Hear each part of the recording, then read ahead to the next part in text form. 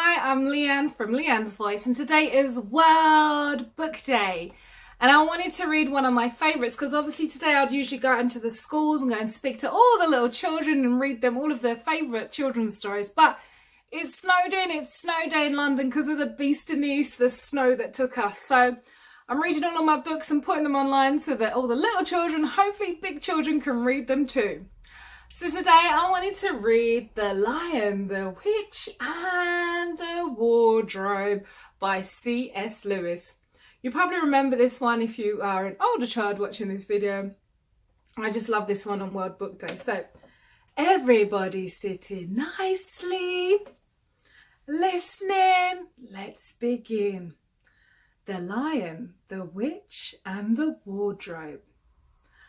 Open the door and enter into a new world. Narnia, the land beyond the wardrobe door, a secret place frozen in eternal winter, a magical country waiting to be set free. Lucy is the first to find the secret of the wardrobe in the professor's mysterious house. At first, her brothers and sisters don't believe her when she tells of her visit to the land of Narnia. But soon Edmund, then Peter and Susan step through the wardrobe themselves. In Narnia they find a country buried under the evil enchantment of the White Witch when they meet the great lion, Aslan. They realise they've been called to a great adventure and bravely join the battle to free Narnia from the witch's sinister spell. Let's go to chapter 1. Lucy looks into a wardrobe. Once there were 4 children whose names were Peter, Susan, Edmund and Lucy. This story is about something that happened to them when they were sent away from London during the war because of the air raids. They were sent to the house of an old professor who lived in the heart of the country, 10 miles from the nearest railway station and 2 miles from the nearest post office. He had no wife, and he lived in a very large house with a housekeeper called Mrs. Macready and 3 servants. Their names were Ivy, Margaret and Betty, but they do not come into the story much. He himself was a very old man with shaggy white hair, which grew over most of his face as well as on his head, and they liked him almost at once. But on the first evening, when he came out to meet them at the front door, he was so odd looking that Lucy, who was the youngest, was a little afraid of him, and Edmund, who was the next youngest, wanted to laugh, but I had to keep on pretending he was blowing his nose to hide it. You can only do that.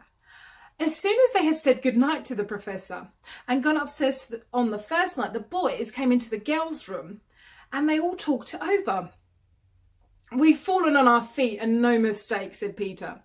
"This is going to be perfectly splendid. That old chap will let us do anything we like." "I think he's an old dear," said Susan. "Oh, come off it," said Edmund, who was tired and pretended not to be tired, which always made him bad-tempered. "Don't go on talking like that." "Like what?" said Susan. "And anyway, it's time you were in bed." "Trying to talk like mother," said Edmund. "And who are you to say when I'm going to bed? I go to bed myself. You go to bed." "Hadn't we all better go to bed?" said Lucy. "There's sure to be a row if we're heard talking here." "No, there won't," said Peter. "I tell you, this is the sort of house where no one's going to mind what we do. Anyway, they won't hear us. It's about 10 minutes walk from here down to that dining room, and any amount of stairs and passages in between."